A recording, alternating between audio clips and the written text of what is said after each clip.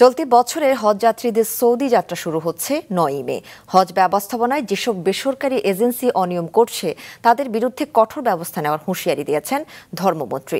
জানিয়েছেন আগামী বছর থেকে ৭০% হজযাত্রী যাবেন সরকারি ব্যবস্থাপনায়।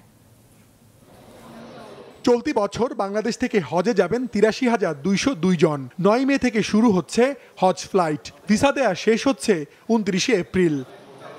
তবে ৪ দিন বাকি থাকলেও বেসরকারি ব্যবস্থাপনায় প্রায় ৭৯,০০০ জনের বিপরীতে এখন পর্যন্ত মাত্র ১,০০০ হজযাত্রীর ভিসা করেছে হজ এজেন্সিগুলো।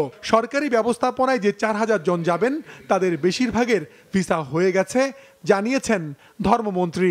আমাদের এজেন্সির অনেকে বলে ভিসা করতে পারি নেই, মুনাজ্জাম যেতে পারতেছে না, বাড়ি ভাড়া করতে পারে, অনেক কথাই বলে। তারা কিন্তু কাজ ঠিকই করতেছে, কিন্তু তারা আমাদেরকে ভয় দেখায়। এই ভয় দেখানোটা আগামী দিন থেকে বাদ যাতে হয়, সেজন্য আমাদের সরকারি হজ আইনের ২০২১ আমাদের যে হজ আপনার আইন হয়েছে ২২-এ আমরা এটা বিধিমালা নীতিমালা করেছি, সেই নীতিমালা আলোকেই তাদের এগেনস্টে সেইভাবে অ্যাকশন নেওয়া হবে। এখন এসে কেন বলছে যে আমি পারছি না?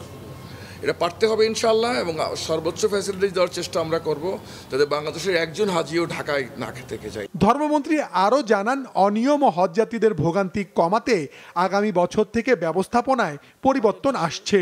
অন্যান্য দেশের মতো বাংলাদেশ থেকেও বেশিরভাগ হজযাত্রীকে সরকারি ব্যবস্থাপনায় নেওয়া হবে। এখন এজেন্সিদের আমরা কাজ করতে দিয়েই আমাদের কিন্তু সরকারি হাজিটা নেওয়ার ব্যাপারে অনেকটা অনীহা ছিল, কিন্তু মাননীয় প্রধানমন্ত্রী সারা বিশ্বের অবস্থা বুঝে আমাদেরকে নির্দেশ দিয়েছেন ৭০% হাজি আমাদের নিতে হবে সরকারিভাবে।